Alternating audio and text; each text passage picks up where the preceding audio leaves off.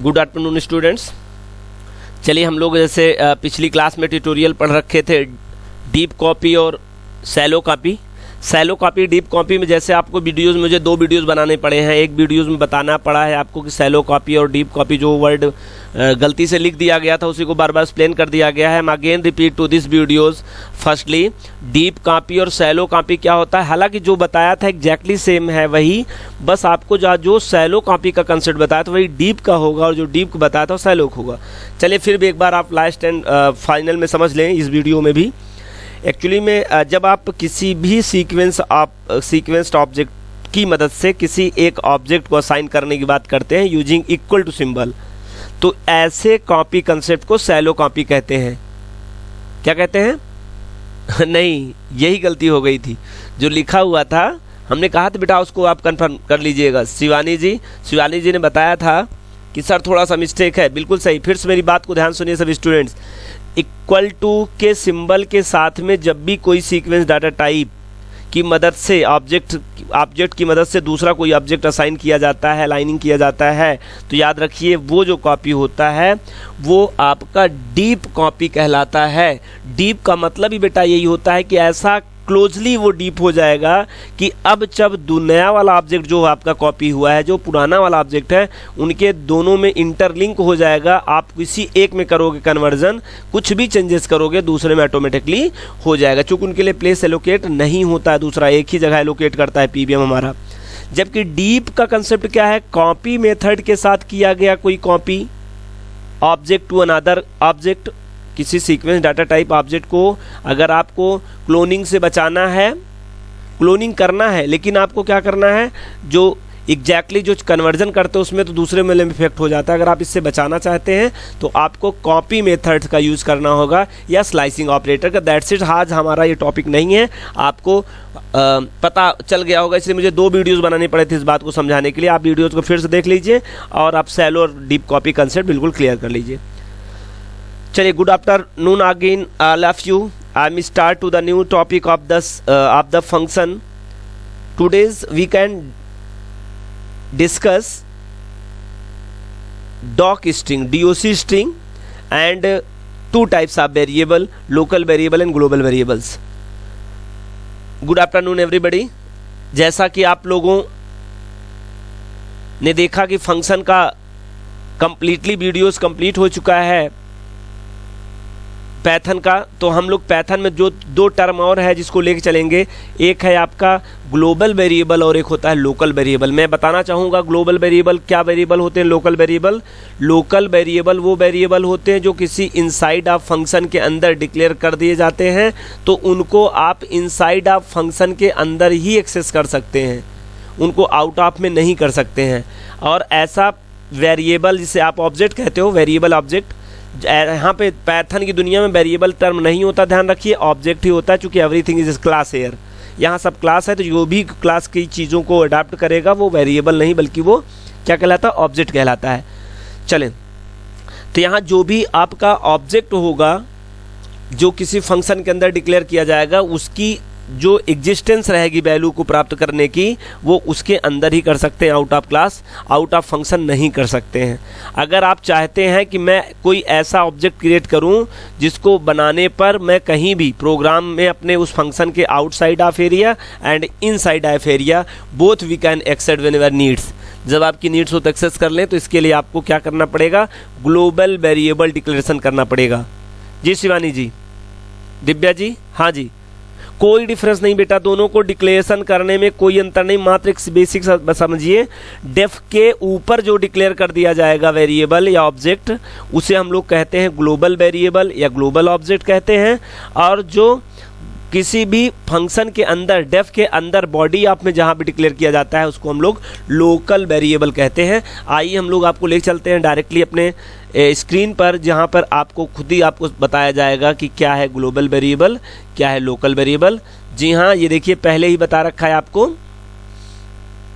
ये देखिए जो आज का टॉपिक है वो क्या है, global and local variable in Python.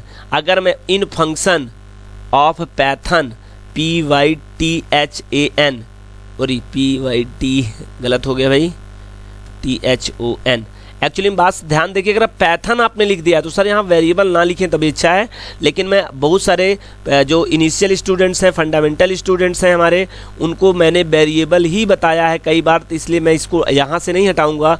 अभी तक मैं वेरिएबल और ऑब्जेक्ट एक ही बना के ले चलूँगा जिससे आपको बात समझ में आए, लेकिन याद और जो ट्रूथली है वो याद सुन लीजिए, पैथन में वेरिएबल टर्म का यूज नहीं होता है, क्योंकि Python fully object oriented language है। यहाँ पर कोई भी डाटा टाइप नहीं होता है, सबकी अपनी स्पेशल क्लास होती है, और जब वो क्लास होती है, हाँ जी, इंटीजर एक क्लास है, फ्लोट एक क्लास है, लिस्ट एक क्लास है, एवरीथिंग देयर इन क्लास। और क्लास को जो क्लास की मदद से जो बनता है या जो उसको ग्रहण करता है या जो उसका एक अंश होता है वो ऑब्जेक्ट होता है। ठीक है, तो आप यहाँ ऑब्जेक्ट लिखिए, OBJECT ऑब्जेक्ट। तो आप कह सकते हैं कि लोकल एंड ग्लोबल वेरिएबल या तो object in function of Python क्या होते समझने चल रहे हैं। तो यहाँ पे देखिए डेफ, और डेफ के बाद आपने लगाया सम, और कैसा फंक्शन है सालू जी, कैसा फंक्शन है बेटा, no argument no return type value का। वेरी गुड सर, यहाँ पर कोई रिसीवर नहीं है, इसका मतलब है कोई आर्गूमेंट इसमें नहीं है, और कोई आर्गूमेंट नहीं है तो इसका मतलब ये क्या है, नो आर्गूमेंट नो रिटर्न नहीं कह सकते, क्योंकि जब नीचे देखेंगे रिटर्न कहीं कीवर्ड होगा तब तो बात करेंगे। हालांकि हम यहाँ आएंगे ही नहीं, हम लोग कहाँ जाएंगे पहले, सही जवाब रानू जी ने कहा सर आप यहाँ नहीं आइए, आप आएंगे कहाँ पे, ये देखिए आप डायरेक्ट आएंगे सम पर। क्या पे आएंगे, सम पे। अच्छा ये सम है क्या, सम ये हो क्या रहा है, ये हो रहा है कॉलिंग, कॉलिंग सम फंक्शन विदाउट पासिंग आर्गूमेंट। ये देखिए ये कॉलिंग हो रहा है सम फंक्शन की, जिसके अंदर कोई आर्गूमेंट पास नहीं किया जा रहा है। यही कारण है कि वहाँ पर अभी आप जब पहुँचेंगे तो वहाँ रिसीवर भी कोई नहीं होगा। जब आपने कॉलिंग नहीं किया तो रिसीव कौन करेगा, है ना। ठीक है, यहाँ से कॉल हुआ, अब आपका कंट्रोल जाएगा ऊपर, आप ले चलते हैं आपको ऊपर। ये देखिए आप सम पे आए, इसके अंदर पहुँच गए। आप पहली बार ये चीज़ देख रहे हैं, Jaya ji, Janvi ji, every student be carefully, this is the new topic of your Python. जी हाँ खुशी जी, आप लिए भी सुन लीजिए, this is the new concept of your Python. Actually में ट्रिपल कोटेशन मार्क्स से हम लोग क्या देते हैं, कमेंट्स देते हैं। वेरी गुड, हम लोग ट्रिपल कोटेशन मार्क्स से क्या देते हैं, कमेंट्स देते हैं। एक चीज़ आप देख पा रहे हैं, कमेंट्स तो है लेकिन कुछ अलग तरीके से। सर अलग तरीके से क्या, देखिए कमेंट तो ये भी है सिंगल लाइन का, ये मल्टी लाइन कमेंट के लिए यूज़ किया है, लेकिन इसका कलर देख लीजिए दूसरा है, और कलर अगर दूसरा है तो इसका मतलब कुछ ना कुछ इसमें कुछ डिफ्रेंशिएट है आपके सिंगल लाइन से। और इसी को याद रखें स्टूडेंट, इसी को आपका डॉक्यूमेंट स्ट्रिंग कहते हैं। क्या कहते हैं, डॉक्यूमेंट स्ट्रिंग। आप अगर बुक लिए होंगे पैथन की तो वहाँ कहीं ना कहीं पर डॉक स्ट्रिंग नाम का आपका एक चैप्टर होगा, वहाँ पर आप देखकर हैरान हुए होंगे अगर आप पढ़े होंगे तब, कि सर ये डीओसी डॉक स्ट्रिंग क्या होता है। तो आज इसी वीडियोस में हम इनको भी कंप्लीट कर देते हैं, कुछ इसमें कुछ है नहीं, कुछ भी नहीं है। तो आप देखिए ये मैं कमेंट लिखा हूँ, कमेंट में क्या लिखा हूँ, आपके काम की चीज़ ही लिखा हूँ, देख लीजिए, लिख भी सकते हैं आप लोग। बिल्कुल जी हाँ, ये आपने नहीं लिखा होगा, इसको आप लिख भी सकते हैं, local variable and global variable topic है। ठीक है, विच, यहाँ से पढ़ना शुरू कर रहा हूँ, ध्यान सुनिएगा सभी लोग। विच वेरिएबल, देखिए विच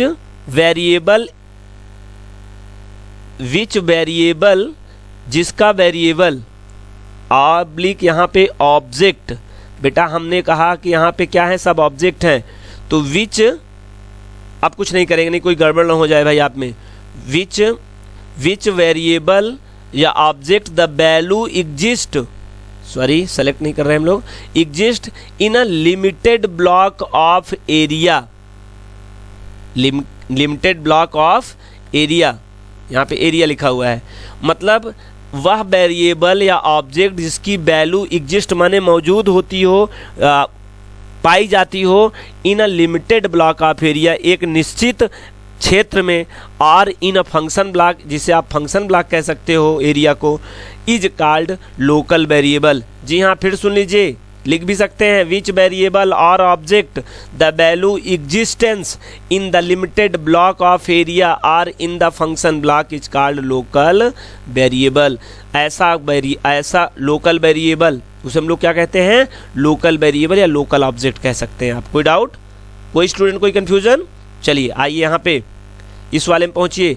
and which variable oblique object the value exist whole program not a limited area, मतलब ऐसा वेरिएबल या ऑब्जेक्ट जिसकी वैल्यू एक्चुअल सभी जगह मौजूद होती है। कहाँ पे? पूरे प्रोग्राम में। नॉट अ लिमिटेड एरिया, उनका कोई क्षेत्र नियंत्रण नहीं होता है, कितने में ही काम करेंगे। और अ फंक्शन ब्लॉक या पूरे फंक्शन ब्लॉक में is called a global variable. जी हाँ, सालू जी सही कह रही हैं जी, रानू जी ने भी सही कहा।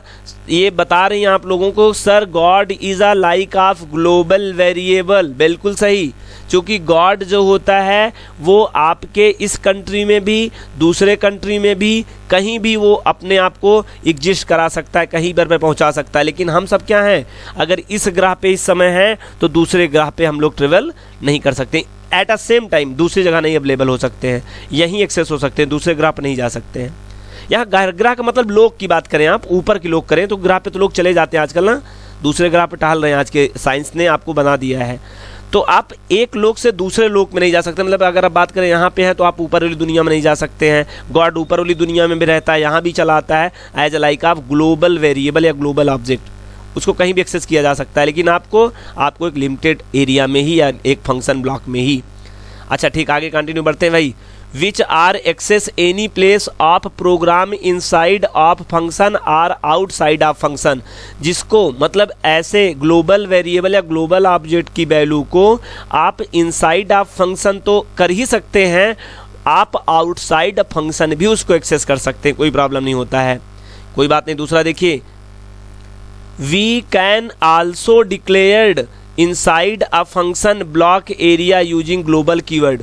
अच्छा सॉरी यहाँ पे which are access any place बाद other word we can say that which variable declared outside of function is treat as global variable oblique object by PVM. बताया जा रहा, दूसरे शब्दों में कहा जाए तो ऐसा वेरिएबल या जो वेरिएबल हम लोग मेन के ऊपर डेफ, जो आप यूज़ क्या किया, डेफ यूज़ किया ना, डेफ और सम, अगर मैं इसके ऊपर वेरिएबल कोई डिक्लेयर कर दूं तो वो वेरिएबल कैसा कहलाएगा? बिल्कुल सही जवाब, ग्लोबल वेरिएबल कहलाएगा। और अगर आपने यहाँ डिक्लेयर कर दिया है तो इसके अंदर तो अंदर, आप इससे बाहर कहीं भी आप इसको प्रिंट आउट कर सकते हैं, यही बात बताया उसने।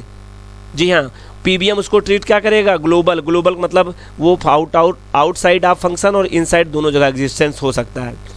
वी कैन आल्सो डिक्लेयर्ड, आप बाहर तो कर सकते थे, आप क्या कर सकते हैं? Inside a function block area, आप चाहें तो ग्लोबल वेरिएबल को इनसाइड में भी कर सकते हैं यूजिंग ग्लोबल कीवर्ड। लेकिन ध्यान ये रहे, अगर आप ग्लोबल वेरिएबल को इनसाइड में कर रहे हैं, आउटसाइड में करने के लिए ग्लोबल कीवर्ड ना लगाइए, डायरेक्ट आप ए लिखिए इक्वल टू 5 लिखिए, हो गया डिक्लेयर्ड, वैल्यू भी आपने रख दिया, या कीबोर्ड से भी वैल्यू मांग सकते हैं, कोई प्रॉब्लम नहीं।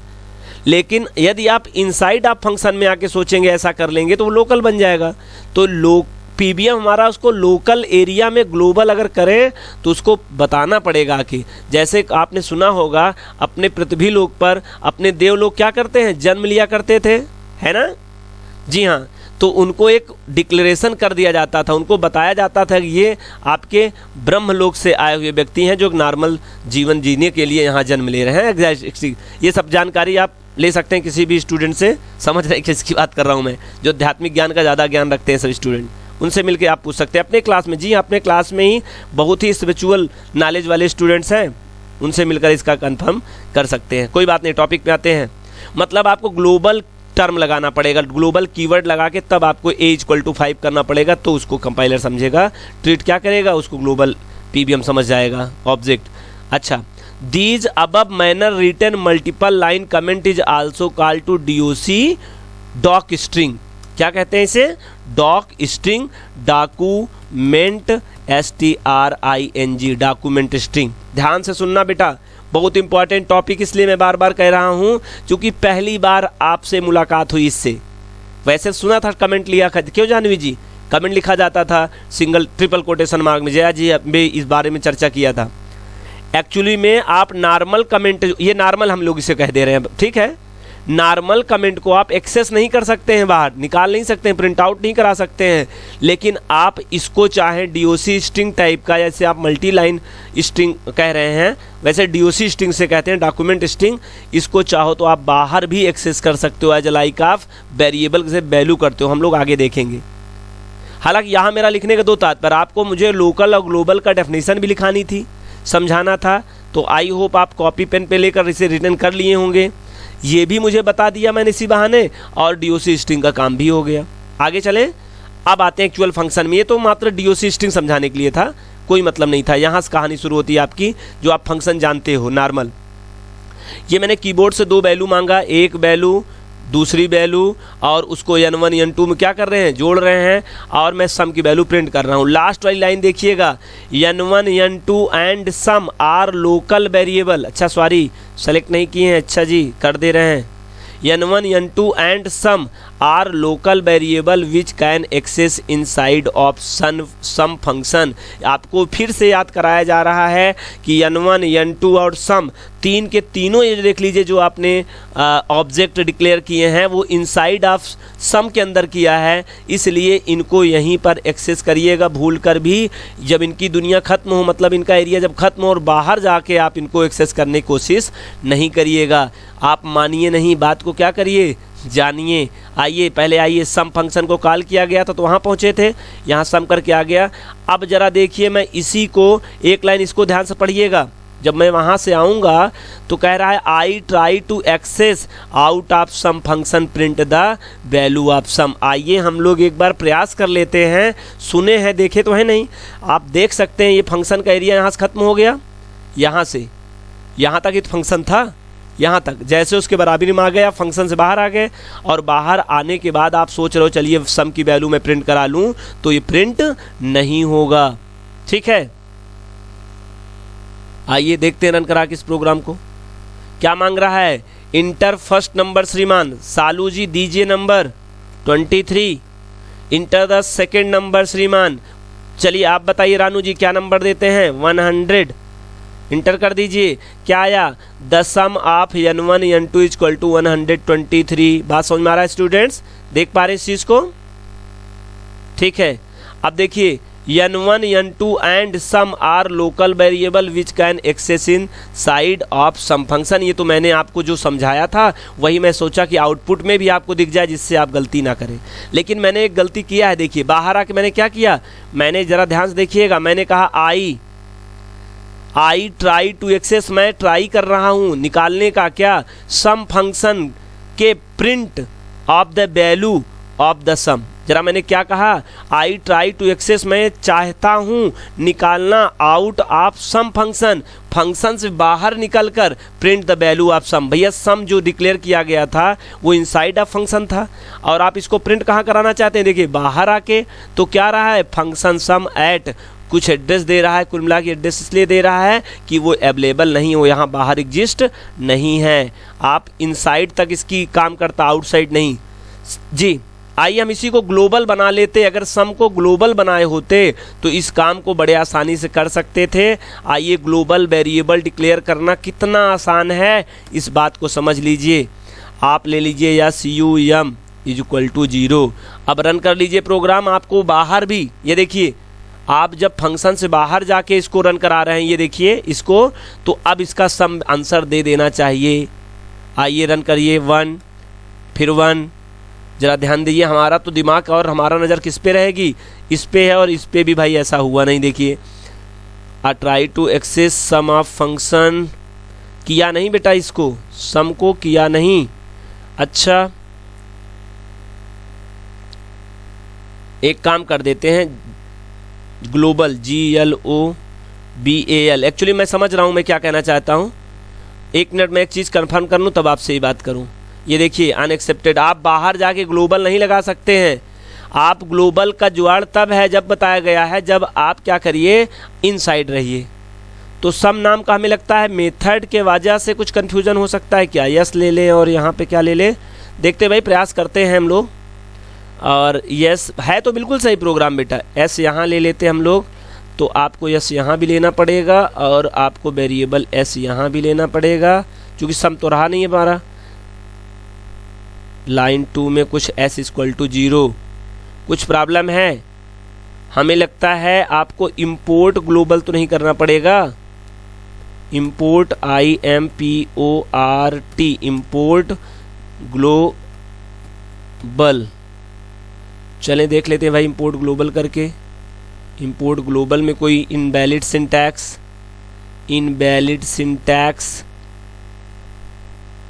चले। हालांकि इस बात को बेटा समझ लीजिएगा, डेफिनेटली बिल्कुल सही है, मैं किसी दिन इस वीडियो में आके आपको दिखा दूंगा कैसे ग्लोबल करते हैं, ये कुछ सेटिंग की बात है, लेकिन कंसेप्ट 110% वही है। अगर आप यहाँ डिक्लेयर कर दोगे तो आप उसको एक्सेस कर सकते हो। हम लोग नेक्स्ट क्लास में इसको पूरा कर लेंगे। आइए जो हम लोग आए हैं DOC एक्सट्रिंग करने, क्या पढ़ने आए थे ये सर, इसको प्रिंट कैसे कराएंगे ये बताइए। तो आप प्रिंट कराना कहाँ चाहेंगे, आप फंक्शन से बाहर आएंगे और यहाँ पे इसको क्या कर लीजिए, ये देखिए कैसे होता है, ध्यान सुनिए, सिंटैक्स सुनिए बेटा। आपको पूरे के पूरे DOC स्ट्रिंग को कहीं पे लाना होगा। आपने कहा सम डॉट, सम क्या है, सम फंक्शन के अंदर आपने DOC स्ट्रिंग बनाया है। आपने कहा सम फंक्शन का डॉट, और ये देखिए DOC स्ट्रिंग का ये डबल आप क्या लगाते हैं, डबल अंडरस्कोर साइन लगाएंगे। DOC लिखा, डबल अंडरस्कोर साइन किया, यहाँ पर डॉट सिंबल है, बहुत इंपॉर्टेंट है। फिर सुनिए, फंक्शन का नाम डॉट डबल अंडरस्कोर सिंबल, फिर DOC, फिर डबल अंडरस्कोर सिंबल, ये सब डॉट से लेकर और यहाँ तक, डॉट से लेकर ये किसी में करना ही पड़ेगा, ये रिजर्व है। मात्र जो फंक्शन आपका नाम दूसरा वहाँ बदल दीजिए और वेरिएबल नाम चाहे जो ले लीजिए। प्रिंट एक्स करेंगे तो देखो आपको आउटपुट में वही जो आपने देखा था ना पूरा कमेंट्स, आप यहाँ प्रिंट करा सकते हैं। रन कराइए, इंटर 1 इंटर 2, ये देखिए पहले तो आपको ये देख ले,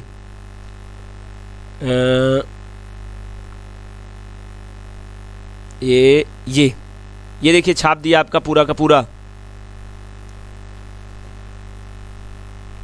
ये आप इधर देखें, ये देखिए ये लोकल वेरिएबल एंड ग्लोबल जो आपने कमेंट में लिखा था देख लीजिए पूरा का पूरा वहाँ पे, ये आपको ये देखिए लोकल वेरिएबल पूरी डेफिनेशन आपको यहाँ पर छाप दिया है। मतलब अगर if we want to access DOC doc string then use to function name dot double underscore symbol DOC double underscore symbol, ये रिजर्व कीवर्ड है, आप इसको बाद में जानेंगे, बताएंगे आपको, और ये इस पे आप असाइन कर लीजिए तो आप प्रिंट कर सकते हैं।